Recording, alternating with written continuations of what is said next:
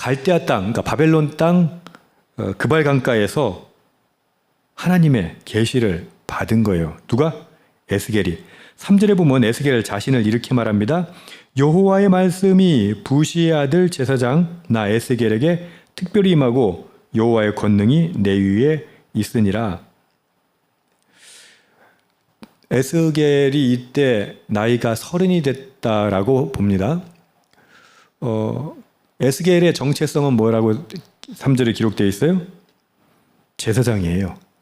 제사장 직분이 시작되는 때가 30살부터거든요. 그런데 지금 제사장인 에스겔은 어디에 끌려가 있다? 바벨론, 갈대아 땅이라고 하는 게 바벨론을 말하거든요.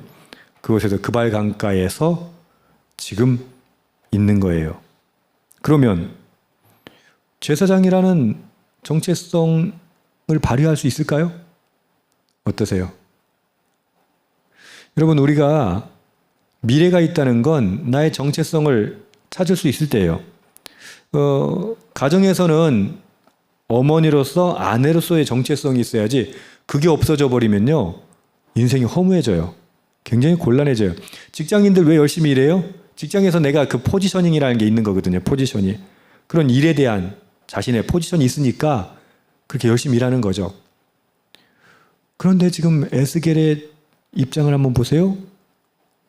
다른 사람도 아니고 기술자도 아니고 뭐 농사 짓는 사람도 아니고 목동도 아니고 에스겔의 정체성은 뭐다?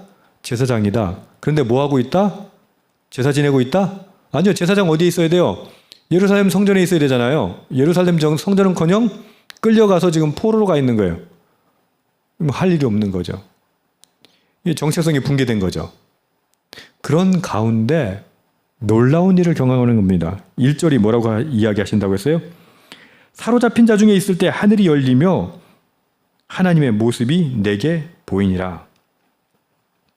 여러분, 에스겔이 무슨 생각했을까요? 그는 제사장이잖아요. 그런데 결국 자기가 제사 지낼 수 있는 예배당, 성전은 다 무너지고 자기가 자기 직을 수행할 수 있는 모든 기반이 다 없어요. 게다가 포로로 끌려가 있어요. 어떤 생각했을까요? 하나님 살아계신가? 하나님 우리 버리셨나? 이제 모든 것이 끝났는가? 여러분 찬양할 때 이야기한 것처럼 여러분 오늘보다 내일이 나을 거라는 소망이 있기 때문에 우리는 살아가요. 그런데 내일은 더 나빠질 거야. 그 다음 날은 더 나빠질 거야. 그 마음에 사로잡히면요. 저도 예전에 그런 적이 있었거든요. 결론이 뭔지 아세요? 극단적인 선택이에요. 사람은 소망이 없으면 무너져요. 왜 우울증이 옵니까? 왜 정신적인 충격이 옵니까? 소망이 없기 때문이거든요. 근데 그 에스겔이 지금 어떤 상황이다? 소망이 없는 상황이에요. 게다가 고대 사회에서는 전쟁에 졌다는 말은 뭐예요? 자신들이 섬기는 신이 졌다는 얘기거든요. 결국 하나님 아니 계신 건가? 혹시 계신다면 우리를 버리신 것인가? 모든 것이 끝난 것인가? 에스겔은 그 생각을 하고 있었을 거예요. 그런데 놀라운 일이라고 표현한 이유가 이거예요. 하늘이 열렸답니다. 지금 여기가 어디라고요? 그발 강가라고요. 바벨론 포로로 끌려간 그 지역이라고요. 하늘이 어디서 열려야 돼요? 상식적으로 성전에서 하늘이 열려야죠. 성전에서 하나님 임재하셔야죠. 그런데 지금 하나님이 그곳에서 임재하세요. 역사하세요. 우리 착각하는 게 뭔지 아세요? 하나님을 자꾸 제한해요. 하나님은 거룩한 곳, 준비된 장소, 그곳에서 우리를 만나 주시는 분이다 라고 착각해요. 아니요.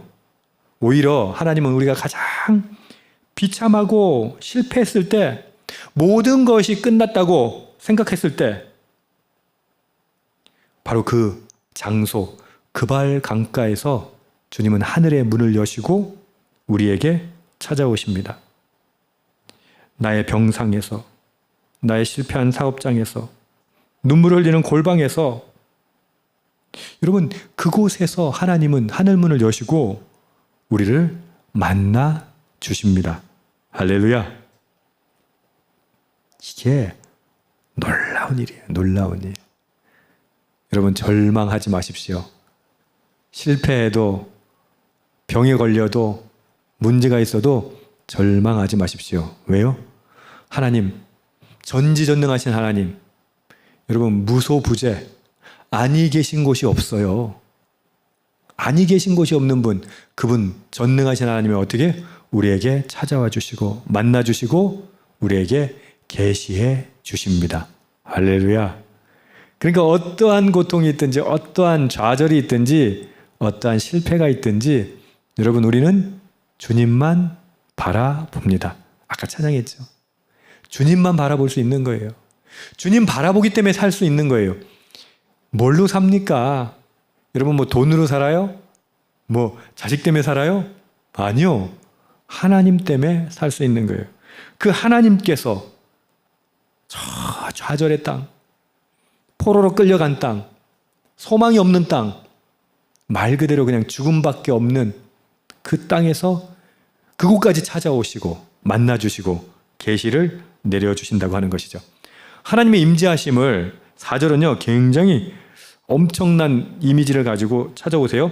내가 보니 북쪽에서부터 폭풍과 큰 구름으로 오는데 그 속에 불이 번쩍번쩍하여 빛이 그 사방에 비치며 그 불 가운데 단쇠 같은 것이 나타나 보이고 그 속에 네 생물의 형상이 나타나는데 그들의 모양이 이러하니 이렇게 설명해요. 막 불이 번쩍번쩍하고 빛이 사방에 비치고 폭풍과 큰 구름으로 오시는 것. 하나님 전지전능하신 위대하신 하나님이 우리에게 찾아오세요. 할렐루야. 그러니까 겁을 먹으려면 지금 처해져 있는 상황에 겁먹지 말고 하나님을 경외하세요. 왜? 제일 무서운 건 하나님이에요. 우리들이 참 못된 게 뭔지 아세요? 세상 그렇게 무서워하고 염려 걱정하고 그러면서 하나님은 두려워하지 않아요. 얼마나 어리석어요. 여러분 하나님 만약에 4절같이 나타나시면 여러분 어떨 것 같아요? 뭐 겁나가지고 그냥 오늘 비 오는데 막 천둥이 얼마나 치는지 몰라. 막 천둥 치는데도 막 깜짝깜짝 놀랐어요. 근데 어때? 하나님의 임재는 이거하고 비교할 수 없는 거예요. 하나님 전지전능하신 하나님, 만함의 왕, 만군의 주, 그 하나님께서 임재하세요. 누구에게? 우리에게. 곤란과 상처와 문제 속에 있는 우리에게 찾아와 주셔서 하늘문을 여시고 우리에게 찾아오신다라고 말하고 있는 겁니다. 내 생물에 대해서 기본적인 이야기만 하면 이런 겁니다. 10절에 보시면요. 넷의 앞은 사람의 얼굴이요, 넷의 오른쪽은 사자의 얼굴이요, 넷의 왼쪽은 소의 얼굴이요, 넷의 뒤는 독수리의 얼굴이니. 뭐 여러 가지 해석이 있는데 이렇게 오늘 우리는 이해했으면 좋겠어요. 이게 피조 세계를 대표하는 그 상징을 이야기하는 거예요. 사람은 뭐예요? 지혜의 상징이에요. 그러면 사자는요, 권력, 힘의 상징이에요. 그러면 소는요, 섬김과 생산력을 상징해요. 독수리는요, 주권, 하늘 날아다니는 독수리 중에 가장 왕이잖아요. 그죠? 주권을 상징한다고 하는 거예요. 다시 말해서 포로로 끌려온, 바벨론에 끌려온 이스라엘 백성들은 어떻게 생각했을까요? 바벨론 신이 하나님보다 더 강하시다라고 생각했을 거 아니에요. 하나님 신이 졌으니까. 그런데 뭐라고 지금 말씀하시는 거예요? 이 내 생물을 보여주시면서 모든 피조 세계, 인간, 짐승, 뭐 모든 것, 주권, 모든 것을 다스리시는 만왕의 왕, 만주의 주가 누구시다? 하나님이시다라는 것을 나타내는 거예요. 그래서 여기 나오는 내용들이 보면은 이거 도무지 그림을 그리려도 그릴 수가 없어요. 제가 오죽했으면 저기 챗GPT한테도 이거 그림 좀 그려달라고 했어요. 그랬더니 엉뚱한 그림을 그리더라고. 엉뚱한 그림을 그릴 수밖에 없는 게 왜 그런지 아세요? 이게 생각해봐요. 아니 얼굴이 사람이고 사자고 소고 독수리예요. 아니, 앞에서 보면 사람이고 여기서 보면 사자고 이게 뭐 그런 게 상상이 돼요? 어때요? 날개가 다 붙어 있는데 날개가 막 하나는 날고 하나는 또 몸을 가리고 있고 다리가 딱 사람처럼 있는데 발바닥은 뭐예요? 소처럼 돼 있고 그리고 거기 또 바퀴가 달렸네. 바퀴 안에 또 바퀴가 달려있는데 그 바퀴 살에는 눈이 붙어 있어. 상상이 되세요? 이해가 되세요?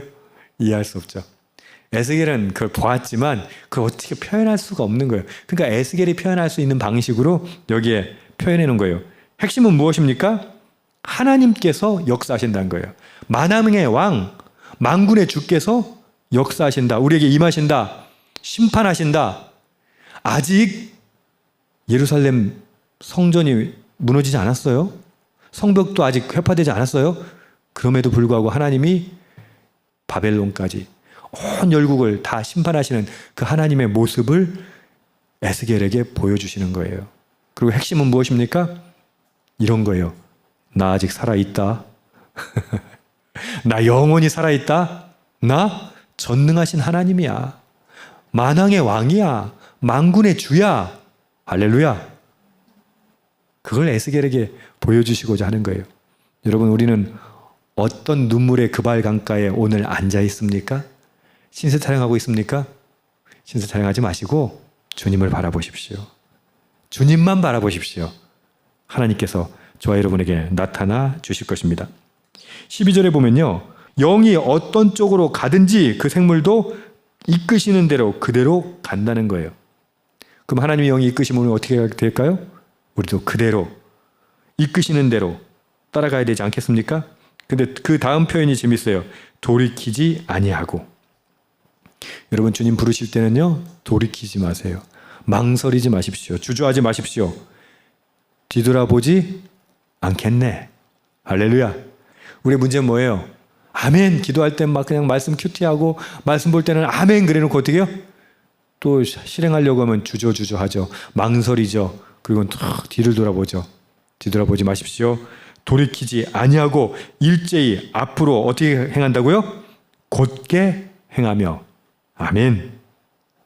내 생물이 그러할진데 우리의 삶 어떨까요? 이렇게 행해야 되지 않겠습니까? 하나님의 영이 이끄실 때 온전한 순종으로 그렇게 곧게 돌이키지 않고 그대로 주님 따를 수 있는 복이 있기를 축복합니다. 아멘. 우리의 그발 강가 어디일까요? 지금 내가 아파하는 곳, 힘들어하는 곳, 기도하는 곳, 주님 소망하는 곳, 하나님께서 찾아와 주시고 만나 주시고 하나님의 위대한 영광을 보여주시고 성령의 능력으로 우리를 이끄실 것입니다. 그 하나님을 믿으십시오. 에스겔은 그 하나님을 기대했기 때문에 그 하나님을 만났어요. 저와 여러분이 그렇게 기대할 때, 오늘 기도할 때 그 하나님, 전능하신 하나님 만날 수 있기를 주님의 이름으로 축복합니다. 아멘.